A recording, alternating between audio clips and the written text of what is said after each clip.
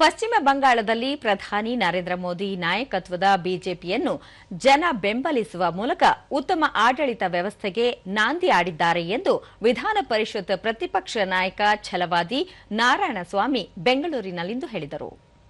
ಸುದ್ದಿಗೋಷ್ಠಿಯಲ್ಲಿ ಅವರು ತೃಣಮೂಲ ಕಾಂಗ್ರೆಸ್ನ ದುರಾಡಳಿತ, ಭ್ರಷ್ಟಾಚಾರದಿಂದ ಬೇಸತ್ತಿದ್ದ ಜನರು ಈ ಬಾರಿ ಬಿಜೆಪಿಯನ್ನು ಬೆಂಬಲಿಸಿದ್ದಾರೆ. ಅದೇ ರೀತಿ ಅಸ್ಸಾಂ, ಪುದುಚೇರಿಯಲ್ಲಿಯೂ ಬಿಜೆಪಿ ಅಧಿಕಾರಕ್ಕೆ ಮರಳುತ್ತಿದೆ ಎಂದರು. ತಮಿಳುನಾಡು, ಕೇರಳದಲ್ಲಿ ಬಿಜೆಪಿಯ ಬಲವರ್ಧನೆಯಾಗಿದ್ದು, ಮುಂಬರುವ ಚುನಾವಣೆಗಳಲ್ಲಿ ಪಕ್ಷ ಮತ್ತಷ್ಟು ಉತ್ತಮ ಸಾಧನೆ ಪ್ರದರ್ಶಿಸಲಿದೆ ಎಂದು ವಿಶ್ವಾಸ ವ್ಯಕ್ತಪಡಿಸಿದರು. ನಮ್ಮ ಪಕ್ಷದ ಕಾರ್ಯಕರ್ತರ ಬೆಂಬಲದಿಂದ ನಮ್ಮ ಮತ ಬ್ಯಾಂಕ್ ಅನ್ನ ನಾವು ಹೆಚ್ಚಿಸಿಕೊಂಡಿದ್ದೇವೆ.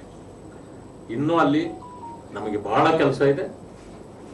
ಮುಂದಿನ ಚುನಾವಣೆ ಹೊತ್ತಿಗೆ ನಾವು ಕೂಡ ಎಲ್ಲ ಪಕ್ಷಗಳಂತೆ ನಾವು ಕೂಡ ಚುನಾವಣೆಯಲ್ಲಿ ಸ್ಪರ್ಧೆ ಮಾಡತಕ್ಕಂತ ಸಂದರ್ಭದಲ್ಲಿ ಬಹುಶಃ ಆ ಎರಡೂ ರಾಜ್ಯಗಳಲ್ಲೂ ಕೂಡ ನಮ್ಮ ಶಕ್ತಿ ವೃದ್ಧಿ ಆಗುತ್ತೆ.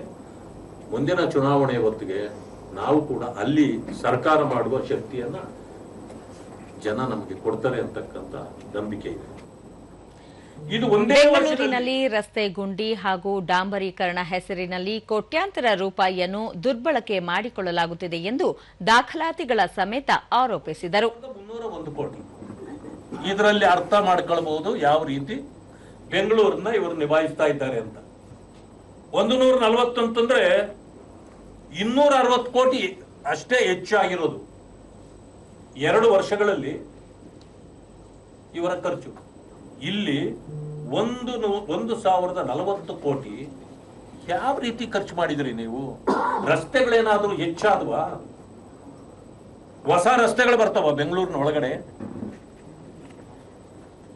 ಇಂಥ ಒಂದು ಪರಿಸ್ಥಿತಿಯನ್ನ ಇವತ್ತು ನಾವು ಕಾಣ್ತಿದ್ದೇವೆ.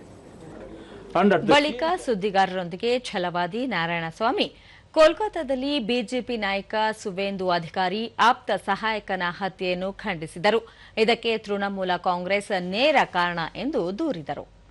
ಬಿಜೆಪಿ ಕಾರ್ಯಕರ್ತಸ್ and the leaders and Suvendu Adhikari PA, these are all by the gundas of the TMC and Chief Minister Mamata Banerjee is encouraging all these type of gundais.